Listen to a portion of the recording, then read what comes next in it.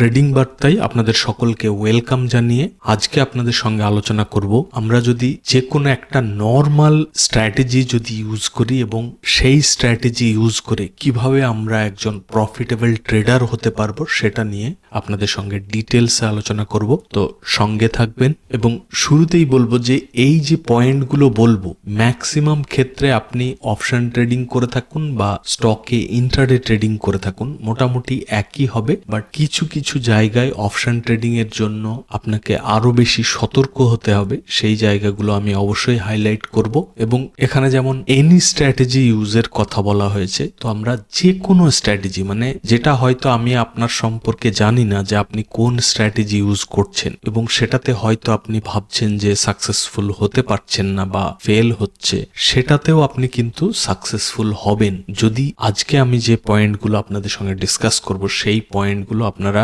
ভালোভাবে ফলো করেন। এবং যে কোনো স্ট্র্যাটেজি বলতে যদি এক্সাম্পল হিসেবে বলি তাহলে হতে পারে ওআরবি স্ট্র্যাটেজি হতে পারে, মানে ওপেন রেঞ্জ ব্রেকআউট স্ট্র্যাটেজি হতে পারে, সেটা 5 মিনিটের ক্যান্ডেলের ব্রেকআউটে হতে পারে, 15 মিনিটের ক্যান্ডেলের ব্রেকআউটে হতে পারে, ইনসাইড ক্যান্ডেল ব্রেকআউট হতে পারে, এনগালফিং ক্যান্ডেল ব্রেকআউট হতে পারে, ডোজি ক্যান্ডেল স্ট্র্যাটেজি হতে পারে বা যে কোনো ক্যান্ডেলস্টিক প্যাটার্ন স্ট্র্যাটেজি হতে পারে, সাপোর্ট রেসিস্টেন্স ব্রেকআউট স্ট্র্যাটেজি হতে পারে, রেঞ্জ ব্রেকআউট স্ট্র্যাটেজি হতে পারে বা আপনার নিজস্ব কোনো যে কোনো স্ট্র্যাটেজি হতে পারে, এবং সেটা অপশন ট্রেডিং হোক বা স্টক ট্রেডিং এর জন্য হোক, সমস্ত ক্ষেত্রেই আপনি প্রফিটেবল হতে পারবেন যদি কিছু জিনিস মাথায় রেখে আপনি ট্রেডিং করেন। এবার অনেকের মনে প্রশ্ন হতে পারে যে আমার স্ট্র্যাটেজির অ্যাকিউরেসি যদি 50% হয় তাহলেও কি প্রফিটেবল হতে পারবো? অবশ্যই হতে পারবেন। তাহলে আপনাকে কি কি করতে হবে? প্রথম যেটা বলবো যে আপনার স্ট্র্যাটেজি যাই হোক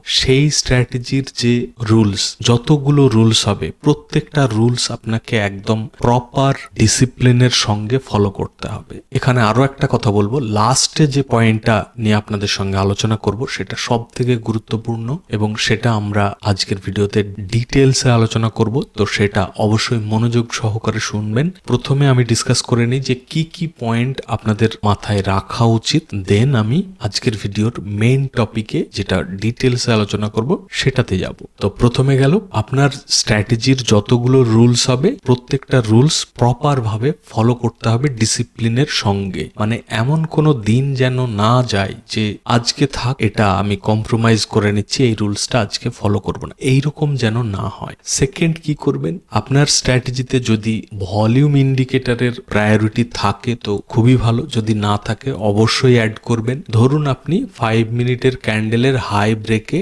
এন্ট্রি করবেন, এটাই আপনার স্ট্র্যাটেজি। এটা যদি আমি একটা এক্সাম্পল হিসেবে ধরে নিই, তো সবার আগে আপনাকে লক্ষ্য রাখতে হবে যে আপনার ভলিউমটা প্রিভিয়াস 3 ক্যান্ডেলের থেকে কি বেশি। যদি বেশি হয়, মানে যে ক্যান্ডেলটা ব্রেকআউট করছে এবং যেখানে আপনি এন্ট্রি নিচ্ছেন সেই ভলিউমটা যেন প্রিভিয়াস ক্যান্ডেলের থেকে বা প্রিভিয়াস 3 ক্যান্ডেলের থেকে বেশি হয়, তাহলে আপনার স্ট্র্যাটেজির অটোমেটিক অ্যাকিউরেসি বেড়ে যাবে। থার্ড পয়েন্টে কি বলবো যে আপনি যদি সাপোজ এই ফার্স্ট ক্যান্ডেলের হাই ব্রেক করার সঙ্গে সঙ্গেই এন্ট্রি করার প্ল্যান থাকে, সে ওআরবি স্ট্র্যাটেজি হোক বা যে কোনো স্ট্র্যাটেজি হোক, তাহলে আমি অবশ্যই বলবো যে ক্যান্ডেল ক্লোজিং বেসিসে আপনি এন্ট্রি করুন, সেটাতে কিন্তু আরো বেশি অ্যাকিউরেসি হাই হবে। কারণ অনেক সময় হাই ব্রেক করে উপরে গেলেও ক্লোজিংটা এসে নিচে দিয়ে দেয়, তো সেই ক্ষেত্রে ফলস ব্রেকআউট হওয়ার চান্সটা অনেক বেশি থাকে যদি আপনি ক্যান্ডেল ক্লোজ হওয়ার ওয়েট না করেন। ঠিক আছে, ফোর্থ পয়েন্টে যাব। ফোর্থ পয়েন্টটা এই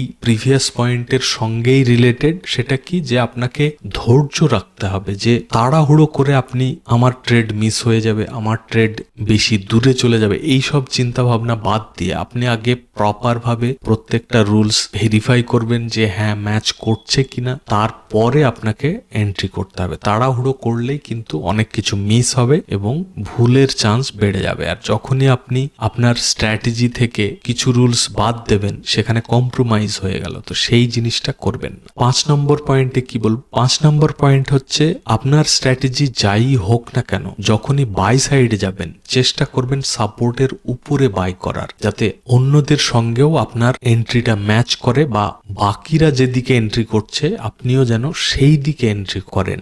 একইভাবে 6 নম্বর পয়েন্টেও যে পয়েন্টটা অ্যাড করতে হবে সেটা হচ্ছে যে এন্ট্রি করার আগে আপনাকে টার্গেটটা কি স্টপ লসের থেকেও বেশি হচ্ছে হচ্ছে মানে রিস্ক টু রিওয়ার্ড ব্যাপারটা আপনাকে মাথায় রাখতে হবে। মানে ধরুন আপনি এখানে এন্ট্রি করলেন, আপনি লক্ষ্যই করলেন না তার কাছাকাছি রেসিস্টেন্স জোন আছে বা ওয়াই বিল্ড আপ রয়েছে, সেটা রেসিস্টেন্সের কাজ করতে পারে। এই জিনিসগুলোকে কিন্তু আপনাকে মাথায় রাখতে হবে। আর সব সময় চেষ্টা করবেন রিস্ক টু রিওয়ার্ড মিনিমাম 1:2 যেন হয়।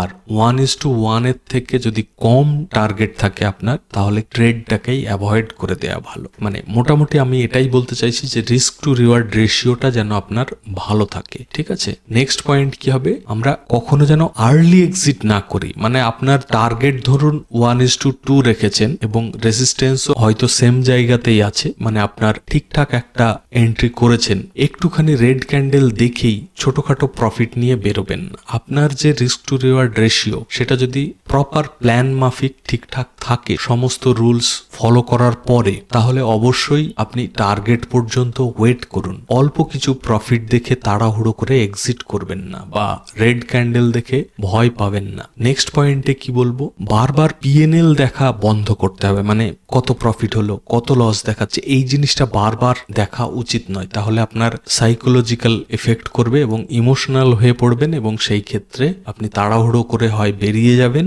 বা রেড ক্যান্ডেল দেখেই আপনি এক্সিট করে দেবেন। তো সেই জিনিসগুলোকে অ্যাভয়েড করতে হবে।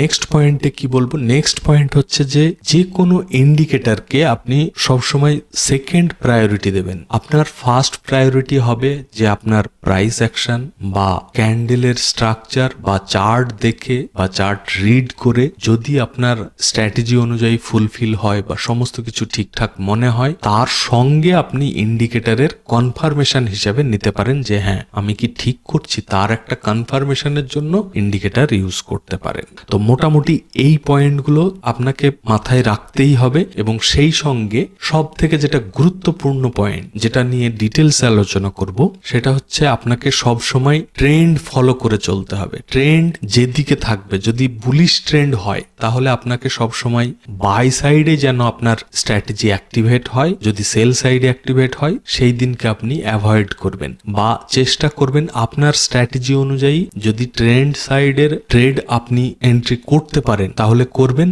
আদারওয়াইজ অ্যাভয়েড করবেন। এবং এই ট্রেন্ড কিন্তু আপনাকে সাকসেসফুল হতে সব থেকে বেশি হেল্প করবে। কখনো আপনি ট্রেন্ডের অপোজিটে ট্রেড করবেনই না, যতই আপনার স্ট্র্যাটেজি ইন্ডিকেট করুক তবুও আপনি ট্রেড অ্যাভয়েড করে দেখুন। যখন আপনার স্ট্র্যাটেজি বুলিশ সিগন্যাল দেবে তখন সবার আগে আপনাকে লক্ষ্য রাখতে হবে যে ট্রেন্ডটা কি আজকের, বা মার্কেট সেন্টিমেন্ট কি বলছে। মার্কেট সেন্টিমেন্ট বা ট্রেন্ড যদি বুলিশ হয় তবেই আপনি সেই ট্রেডে এন্ট্রি করবেন, আদারওয়াইজ অ্যাভয়েড করবেন। যদি আপনি অপশন ট্রেডিং করেন এবং সেখানে প্রাইস অ্যাকশন ফলো করছেন এবং সেই প্রাইস অ্যাকশন যদি বুলিশ ট্রেন্ডে চলে থাকে এবং ওভারঅল মার্কেটও যদি বুলিশ থাকে তবেই আপনি এন্ট্রি করবেন, কখনোই কিন্তু ট্রেন্ডের এগেনস্টে যাবেন না। এবং অপশন ট্রেডিং এর ক্ষেত্রে ভলিউমের ব্যাপারটা কিন্তু প্রচন্ডভাবে কাজ করে। তো যে ইন্ডেক্সেই আপনি ট্রেড করুন না কেন, তার ফিউচারের যে ভলিউমটা সেটা আপনাকে সব সময় লক্ষ্য রাখতে হবে যে কোন ক্যান্ডেল তৈরি হচ্ছে বা কি ক্যান্ডেল স্টিক তৈরি হচ্ছে, সেই ক্যান্ডেলে ভলিউম কিরকম, বা যেখানে আপনি এন্ট্রি করছেন বা ব্রেকআউটে বা ব্রেকডাউনে যেখানেই আপনি এন্ট্রি করছেন না কেন সেখানে ভলিউমটা আপনার এন্ট্রির টাইমে প্রিভিয়াস 3 ক্যান্ডেলের তুলনায় কিন্তু বেশি হওয়া উচিত। আর যখনই কোনো ক্যান্ডেলের ক্লোজিং বেসিসে এন্ট্রি করবেন বা ক্যান্ডেলের কনফার্মেশনের ক্লোজিং এর পরে আপনি এন্ট্রি করবেন, সেটা যদি 5 মিনিট টাইম ফ্রেমে হয় সেটারও কিন্তু ভালো অ্যাকিউরেসি। বাট আপনি যদি 5 মিনিটের জায়গায় 15 মিনিটের ক্যান্ডেল ক্লোজিং এর কনফার্মেশন নেন, সেটার কিন্তু অনেক বেশি গুরুত্ব এই 5 মিনিটের তুলনায়। আর স্টক ট্রেডিং এর ক্ষেত্রে বলবো যে ট্রেন্ডটাকে সবার ফার্স্ট প্রায়োরিটি দেবেন। সবার আগে আপনি ট্রেন্ডটা বোঝার চেষ্টা করবেন যে আজকের মার্কেটের সেন্টিমেন্ট কি, বুলিশ নাকি বেয়ারিশ। যতক্ষণ না আপনার এই ট্রেন্ড আইডেন্টিফাই আপনি করতে পারবেন ততক্ষণ কোনো স্টক ট্রেডিং এ এন্ট্রি করবেন না, অ্যাভয়েড করে দেবেন। এবং এই ট্রেন্ডেরই আরো একটা জিনিস আপনাকে মাথায় রাখতে হবে বিশেষ করে স্টক ট্রেডিং এর ক্ষেত্রে, সেটা হচ্ছে সেক্টর পারফরমেন্স আপনাকে দেখতে হবে যে আপনি কোন সেক্টরের স্টকে আপনি এন্ট্রি করছেন এবং সেই সেক্টর বুলিশ নাকি বেয়ারিশ বা ম্যাক্সিমাম সেক্টর বুলিশ নাকি বেয়ারিশ, সেটাকেও আপনাকে লক্ষ্য রাখতে হবে। সেই সঙ্গে যে স্টকে আপনি ট্রেড করছেন, ধরে নিন আপনি ইনফিতে এন্ট্রি করছেন। ইনফি হচ্ছে একটা আইটি স্টক, তাহলে আপনি নিফটি আইটির যে ইন্ডেক্স সেটাকে আপনি লক্ষ্য রাখবেন, বা আইটি সেক্টরটাকে আপনি লক্ষ্য রাখবেন যে সেটা যদি বুলিশ হয় তবে আপনি এই ইন্ট্রাডে স্টক, যদি আপনার ইনফি আপনার স্ট্র্যাটেজি অনুযায়ী অ্যাক্টিভেট হয় বা আইটি সেক্টরের অন্য যে কোনো স্টক যদি অ্যাক্টিভেট হয়, সবার আগে আপনাকে দেখতে হবে সেই আইটি সেক্টরটা কি বুলিশ নাকি বেয়ারিশ, এবং সেই সঙ্গে দেখতে হবে ওভারঅল মার্কেট ট্রেন্ডটা পজিটিভ নাকি নেগেটিভ, বা বুলিশ নাকি বেয়ারিশ। তো এই দুটো জিনিস, বিশেষ করে বাকি যে পয়েন্টগুলো বললাম সেগুলো তো ইম্পর্টেন্ট আছেই, কিন্তু সব থেকে জরুরি হচ্ছে এই ট্রেন্ড, আর পার্টিকুলার সেক্টরের কি ট্রেন্ড চলছে সেটাও আপনাকে মাথায় রাখতে হবে। তো এই কয়েকটা জিনিস যদি আপনি প্রপার ডিসিপ্লিনের সঙ্গে ফলো করেন, তাহলে আপনি প্রফিটেবল ট্রেডার হতে বাধ্য।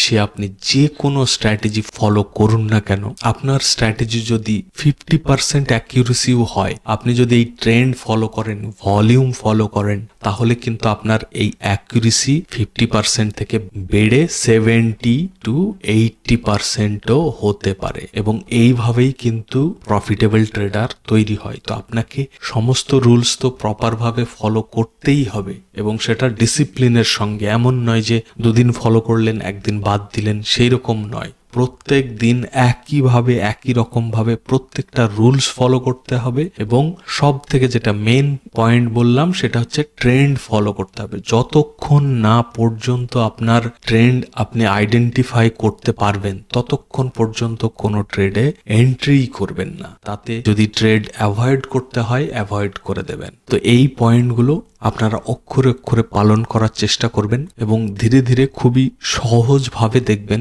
লস কমে গেছে এবং একজন প্রফিটেবল ট্রেডার হতে পারছেন। আর প্লিজ ভিডিওটাকে লাইক করবেন, চ্যানেল যদি এখনো সাবস্ক্রাইব করে না থাকেন অবশ্যই সাবস্ক্রাইব করে নেবেন, এবং ভিডিওটা এখানে শেষ করব। আশা করছি আপনারা সকলে ভালো আছেন। Thank you, bye by.